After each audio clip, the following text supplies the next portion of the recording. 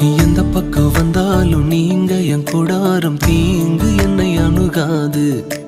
துர்ச்சன பிரவாகம் சூழ்ந்திட நின்றாலும் துளியும் என்னை நெருங்காது. சிறு வெள்ளாட்டு கிடை போல் கிடந்தே